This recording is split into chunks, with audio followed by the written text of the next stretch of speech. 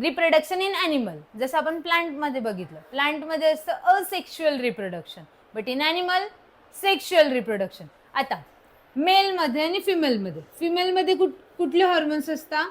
Progesterone and estrogen. Okay. फिमेलमध्ये काय असतं? ओव्हरीज. ओव्हरीज काय प्रोड्यूस करतो? एग प्रोड्यूस करतो. ओके. तसंच मेलमध्ये कुठला हार्मोन असतो? टेस्टेस्टेरॉन. टेस्टेस्टेरॉन कशासाठी रिस्पॉन्सिबल असतं? For beard. बॉईजला बियर्ड काय येते? जास्त बियर्ड आहे, म्हणजे काय? टेस्टेस्टेरॉनची लेवल कशी आहे? जास्त. वेल. तसंच इन गर्ल्स प्रोजेस्टेरॉन आणि इस्ट्रोजन कशासाठी रिस्पॉन्सिबल आहे? For menstrual cycle, for production of egg, for hormone balance आणि फॉर प्रेग्नन्सी. ओके. आता बॉईज मध्ये असतात टेस्टीज. टेस्टीज काय प्रोड्यूस करतात? स्पर्म. सो जसं गर्ल्समध्ये एग प्रोड्यूस होतं, तसंच मेलमध्ये टेस्टेस्टेरॉनच्या हेल्पने टेस्टीज काय प्रोड्यूस करतात? स्पर्म प्रोड्यूस करतात. So let start with female reproductive part. So female reproductive part मध्ये काय असतं? अशी एक ट्यूब असते, करेक्ट? या ट्यूबला आपण काय बोलतो? Fallopian tube. ही असते फॅलोपियन ट्यूब. ओके. सो ही ह्या साईडला दोन काय असतात? ओव्हरीज. इथे काय होतं? याला आपण बोलतो वजायना. पूर्ण आपली फिमेलची मेन्स्ट्रुअल सायकल 1 to 28 डेजची असते, करेक्ट? 1 to 5 डेजचं काय असतं? Bleeding phase. आता काय होतं? जेव्हा 1 to 5 डे चालू असतं, म्हणजेच ब्लिडिंग फेज, म्हणजेच पिरियड्स. ओके. त्या फेजमध्ये काय होतं? 5th डे नंतर जेव्हा 14th डे येतो, तेव्हा काय रिलीज होतो? एग रिलीज होतो. कितव्या डेला रिलीज होतो? 14th डेला एग रिलीज होतो. आता हा एग कुठे रिलीज होतो? फॅलोपियन ट्यूब मध्ये. इफ या एगला जर वजायना थ्रू काय भेटले? स्पर्म भेटले. इफ या एगला स्पर्म भेटले तर काय होणार? फर्टिलायझेशन. त्यालाच आपण काय बोलतो? फ्युजन. तर फर्टिलायझेशन किंवा फ्युजन. जेव्हा मेल गॅमेट आणि फिमेल गॅमेटचं फ्युजन होणार, मग काय होतं? फर्टिलायझेशन होतं, म्हणजेच काय? प्रेग्नन्सी. ओके. प्रेग्नन्सी. मग आता ही प्रेग्नन्सी कोण मेंटेन करतं? Hormones like progesterone. बट अगोदर आता ही 1 to 5 डेजची काय? ब्लिडिंग फेज आहे. ओके. 1 to 5 डेजची ब्लिडिंग फेज आहे. त्याच्यानंतर 14व्या दिवसापर्यंत 14th डे पर्यंत आपण काउंट केलं. 14th डेला जर स्पर्म्स भेटले, जर फ्युजन झालं, तर एगचं काय होणार? प्रेग्नन्सी होणार. But what?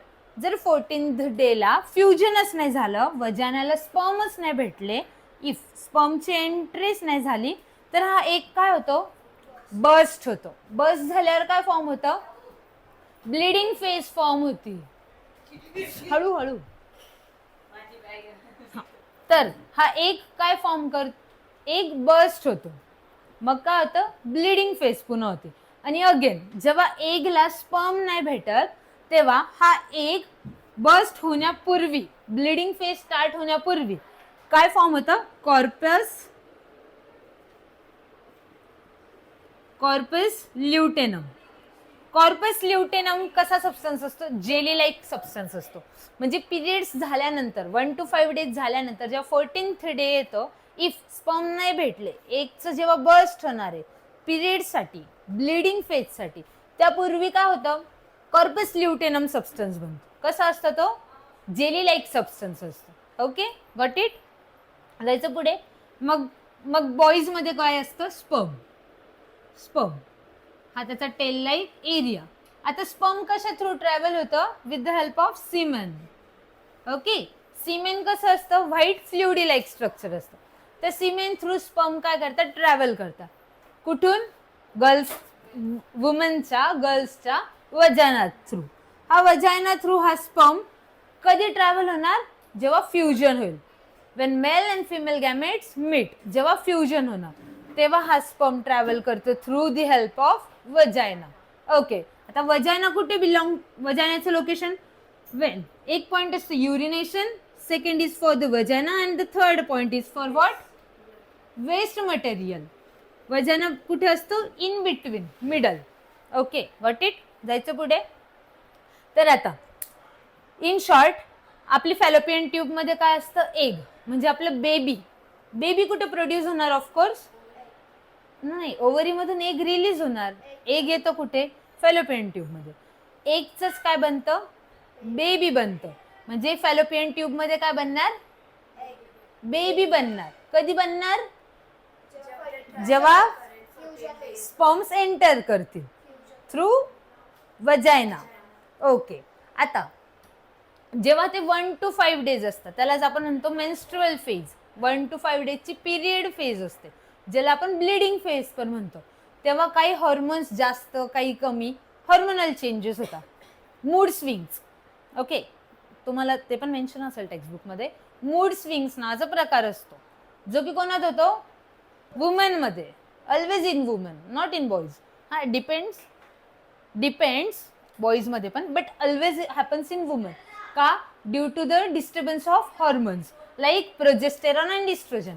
आता प्रोजेस्टेरॉन, इस्ट्रोजन हे दोन हॉर्मोन्स आहे. आता प्रोजेस्टेरॉन हा काय मेंटेन करतो? प्रेग्नन्सी मेंटेन करतो. ड्युरिंग प्रेग्नन्सी हा हेल्पफुल असतो. Oestrogen during period cycle, during menstrual phase helpful असतो. जर आता याच्यात काय होतं? जेव्हा पिरियड फ्लो हा जो एग आहे, जो बर्स्ट होतो, ब्लिडिंग फेज स्टार्ट होते, तेव्हा कॉन्ट्रॅक्शन होतं. सर्विकल कॉन्ट्रॅक्शन म्हणतो आपण त्याला. जसं प्रेग्नन्सीच्या टाइम लेबर पेन होतं, तसंच इथे पण थोडंसं नॉर्मल इंचमध्ये पोट आतमध्ये जाऊन कॉन्ट्रॅक्शन होतं. ओके, मग काय होतं? त्याच्यामुळे ही जी फेज आहे, जी एंडोमेट्रियमची लेअर आहे, ती कॉन्ट्रॅक्ट होते, बाहेर येते. त्याच्यामुळे mood swings, hormonal imbalance. Most of female also suffer through stomach pain. हां, पोट दुखतं खूप जास्ती, एक्स्ट्रीम लेवल. ओके, ही कॉन्सेप्ट आहे पूर्ण फॅलोपियन ट्यूब फिमेल रिप्रोडक्टिव्ह पार्टची. So in detail we will going to learn male reproductive part. Female समजलं व्यवस्थित? काय होतं? ओव्हरीज असतात, फॅलोपियन ट्यूब आहे. ओव्हरीज मधून फॅलोपियन ट्यूब मध्ये काय रिलीज होतं? एग रिलीज होतं. कुठल्या डेला रिलीज होतं? 14th, फक्त 14th डेला एग रिलीज होतं. बस्टिंग फेज म्हणजे मेन्स्ट्रुअल फेज किती दिवसांची असते? 1 to 5. इफ स्पर्म्स भेटले एगला, त्याला आपण काय बोलतो? फर्टिलायझेशन और फ्युजन. ओके, आता स्पर्म्स भेटले एगला म्हणजे काय होणार? प्रेग्नन्सी होणार. It means the woman will get pregnant. Okay, आता स्पर्म्स नाही भेटले एगला म्हणजे प्रेग्नन्सी नाही होणार. मग काय होईल? ते एगचं बर्स्ट होणार आणि काय फॉर्म होणार? ब्लिडिंग होणार. ओके, हे कधी ही प्रोसेस? ब्लिडिंग होणार किंवा कॉर्पस ल्युटेनम फॉर्म होणार. कॉर्पस ल्युटेनम कसं असतं? Jelly like substance. आता सपोज ही जी फेज आहे, ही जेव्हा स्टार्ट टू एंड आहे, याच्यात एक जर प्रोड्यूस झालंय ऑन 14th डे, मग ते किती दिवस त्याच्या फॅलोपियन ट्यूब मध्ये असतं? 3 days किंवा 48 hours किंवा 24 hours. जर त्या वेळेत स्पर्म्स नाही भेटले, then it will get converted into corpus luteum किंवा बस्टिंग होऊन काय होणार? अगेन 1 to 5 डेजची सायकल तयार होणार. फिमेल मधले कुठले दोन हॉर्मोन्स असतात? प्रोजेस्टेरॉन, टेस्टोस्टेरॉन असतात. दाढी नसती खाली आम्हाला. फिमेल मध्ये कुठले दोन हॉर्मोन्स असतात? प्रोजेस्टेरॉन आणि इस्ट्रोजन. मेल मध्ये फक्त टेस्टोस्टेरॉन हार्मोन आहे. Testis are responsible for production of sperm and like fallopian tube, women's ovary are responsible for production of egg. अजून काय? ओव्ह्यूम. अजून काय? ओसाइट्स. Okay, got it? आता हा जो मेलचा स्पर्म आहे, स्पर्म पार्ट, हा ज्याचा हेड असतं, हा इथून ट्रॅव्हल करतो. आता एकच स्पर्म असतो का रे? किती स्पर्म्स येतील? लाखोने स्पर्म्स येतात, करोडोने स्पर्म्स असतात. कुठून रिलीज होतात? आणि टेस्टिस मधून. ओके, आता कुठला स्पर्म एक पर्यंत पोहोचेल? एकच स्पर्म. करोड स्पर्म आहे रेस मध्ये, पोहोचणार कुठला तरी एक आहे. कुठला पोहोचेल? जो की खूप स्ट्रॉंग आहे, जो की डॉमिनंट आहे, जो रेस मध्ये पळण्यासाठी कॅपेबल. इन शॉर्ट बाकी सगळे प्लेयर्स आहेत, साधे, दुसरा स्पोर्ट्सचे, आणि एक स्पर्म असा का जो मिल्खा, काय नाव आहे तो रनरचं नाव काय, मिल्खा सिंग, हा, जो की मिल्खा सिंग आहे, तोच कुठपर्यंत पोहोचणार आहे, 1 पर्यंत पोहोचणार.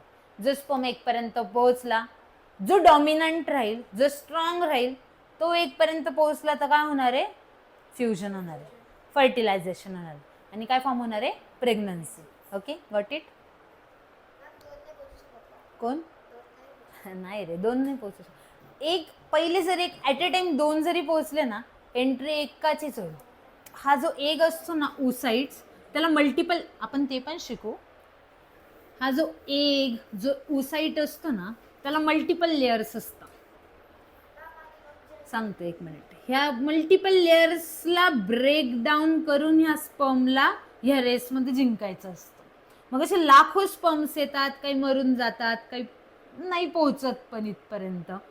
जे पोहोचतात तेव्हाच प्रेग्नन्सी फॉर्म होते. ओके.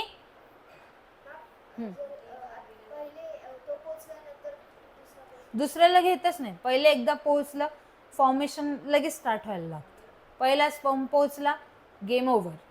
जो जिंकला तो पोहोचला, आणि तसंच बेबी फॉर्म होईल.